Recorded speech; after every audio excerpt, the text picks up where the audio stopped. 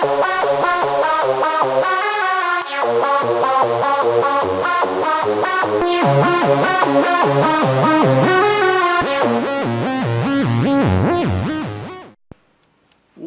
up, everybody? Happy New Year. I've taken a little bit of time out of, let's face it, I'm not that busy. I've got Computron Week to work on, and that's about it. So I'm trying to slip in these little videos and stuff here and there to spice it up until that happens. So thanks for being patient.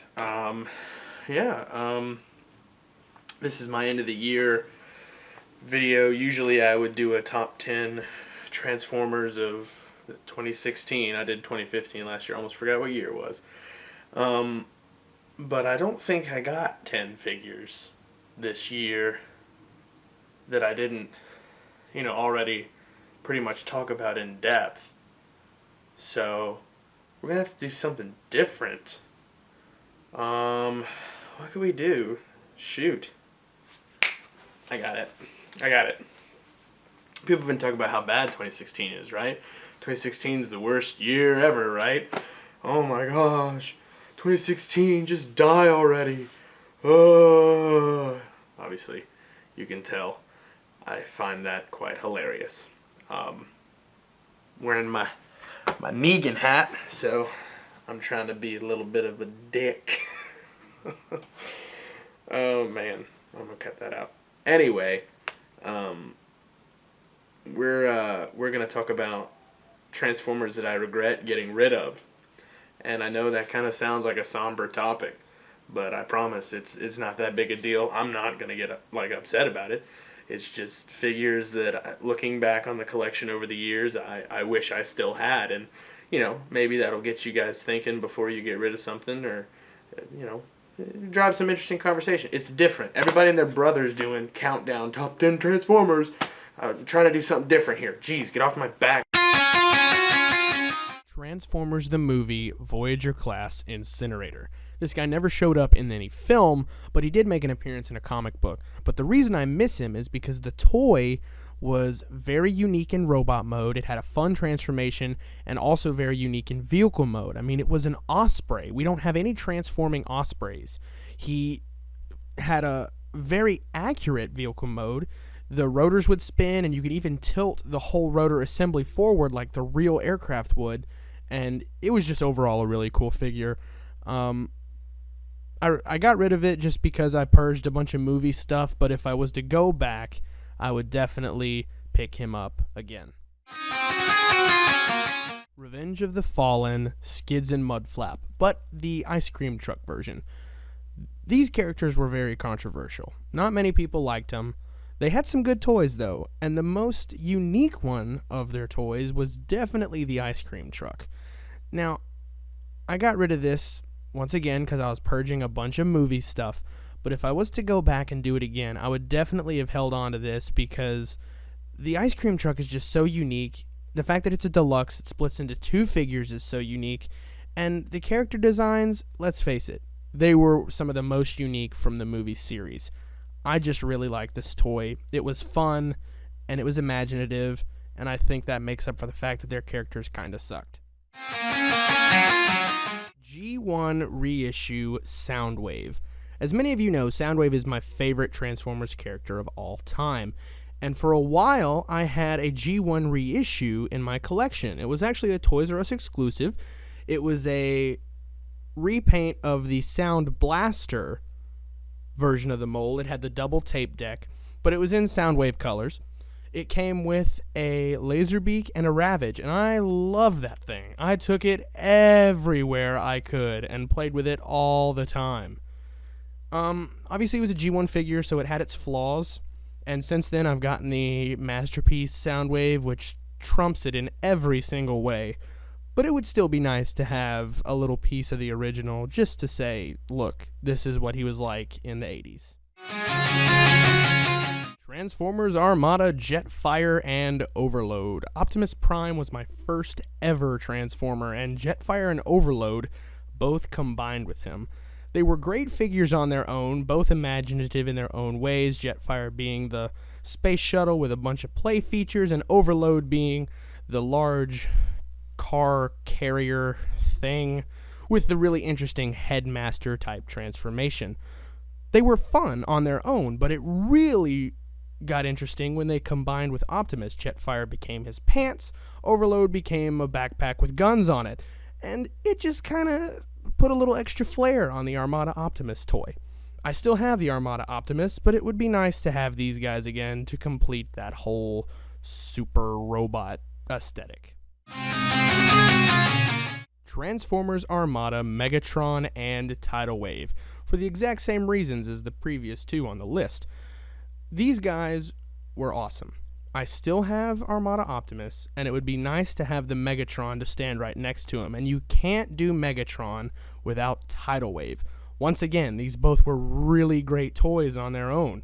Megatron was a fun tank, Tidal Wave was a triple changer, I guess. All the different ways you could transform him was cool.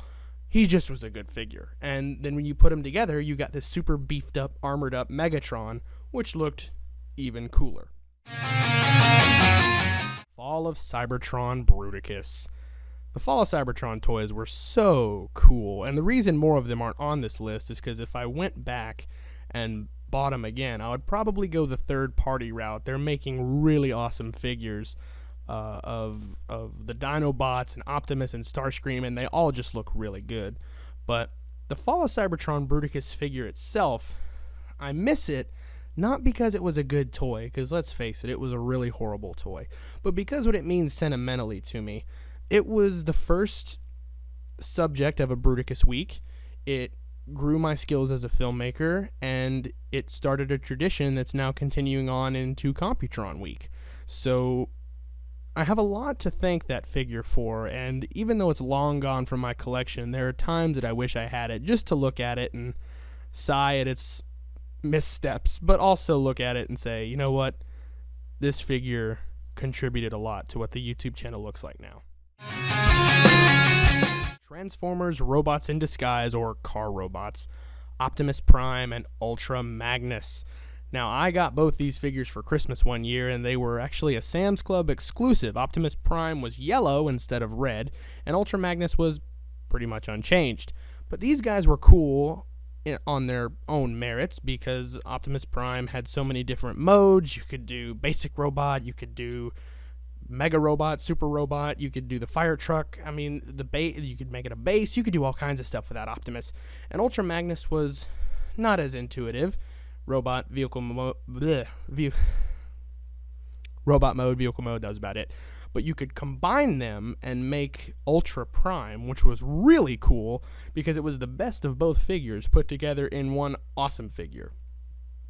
Over the years, I lost a lot of parts from them. They had rubber tires and missiles that just didn't survive my childhood, and eventually I had to give them up because they were missing so many components. But if I was to do it again, I would make sure I saved those and that they would have a place on my shelf. Fall of Cybertron Shockwave. I touched on the Bruticus thing earlier. Shockwave is cool.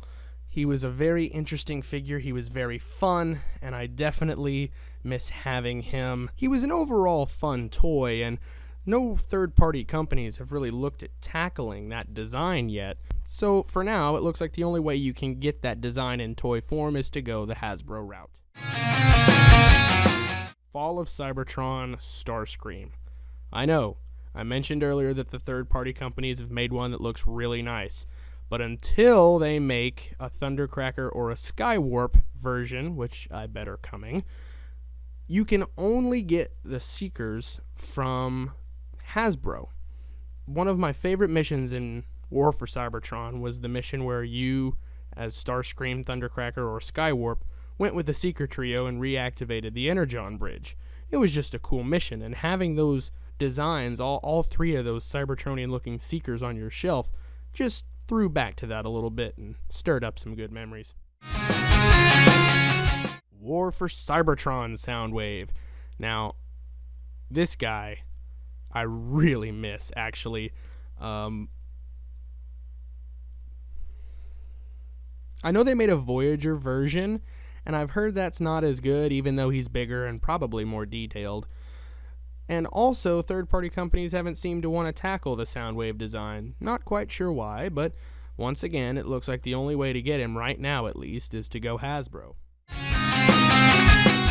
Revenge of the Fallen Starscream, the Big Dorito himself.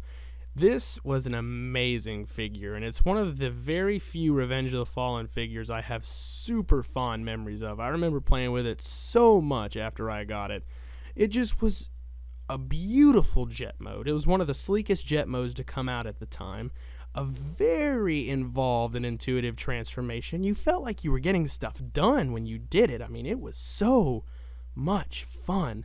And an accurate robot mode that was really posable. And can we just talk about, it was goofy at the time, but looking back on it, the whole Mecha Live gimmick where you rotated his head and his chest had all those gears that tumbled and things rotated, that was a really cool feature, and it made the toy feel alive, which is probably why they called it Mecha Live. Beast Hunters Legends Class Abominus. You guys know I have a thing for combiners, and this guy was no exception. He was a super cool design, and doing all those beast robots in legend size and then having that little combiner was very cool. He wasn't superposable, but, you know, we can forgive that because of his size. He was fun, he was colorful, he was very easy to take places, and overall, I think it was one of the best things to come out of the Beast Hunters line. Revenge of the Fallen Legends Class Devastator. I remember buying the first few Voyager Constructicons to come out of Revenge of the Fallen with the hopes that they would combine into Devastator, and boy was I wrong. However, Hasbro seemed to fix that when they released the Legends Class Devastator, which not only had the construction vehicle modes, they had the individual robot modes, and they combined into a little teeny tiny Devastator, which was kind of funny considering how huge he was in the movie. That little Legends Devastator was so much fun. The designs were interesting, the transformation was fun, and it was super satisfying combining all those figures into that huge behemoth at a tiny scale. Generations Springer and Blitzwing. I have talked about these two till I am blue in the face, and I've been kicking myself ever since I got rid of them. I should have never done it. They were some of the best triple changers to come out of the Generations line and to come out of the Transformers line in general, despite Blitzwing's shoulder problems. Springer was an amazing toy with great modes, great transformation, fun features, and Blitzwing was the same way. He just suffered a little bit more. It's always fun to see really well done triple changers with care and imagination put into them, and that's what these figures were. I'm really sad I got rid of them, and hopefully one day I can find them again. They're awesome. Springer and Blitzwing. And finally, Revenge of the Fallen Leader Class Optimus Prime. I know what you're thinking. A movie figure? For real? Now hear me out. I'm not a huge fan of movie figures, but as you've seen through this list, there were some good figures that left an impact on me throughout the years. Revenge of the Fallen Leader Class Optimus Prime isn't that much of a nostalgic figure for me, but it's something I can appreciate on an engineering level. This toy was so thought out, so carefully planned, so meticulously designed. His transformation felt like you were solving a Rubik's Cube, but you could not argue with the results. The truck mode was phenomenal. The robot mode was phenomenal. Both looked like they jumped right off the silver screen and into your hand. And in response to the transformation being difficult, I personally loved it. I love being able to tear apart a figure, have it explode into a million pieces, and then reassemble into something so much. That figure left a huge impact on me. And engineering-wise, I think it's one of the best Transformers in modern history. And I just think it was a masterpiece. So that's it. 2016, it's over before I knew it, man. It's crazy. Just, it's gone. So here's hoping 2017 is going to be full of awesome content, awesome, stuff that I get to do, more community stuff, man.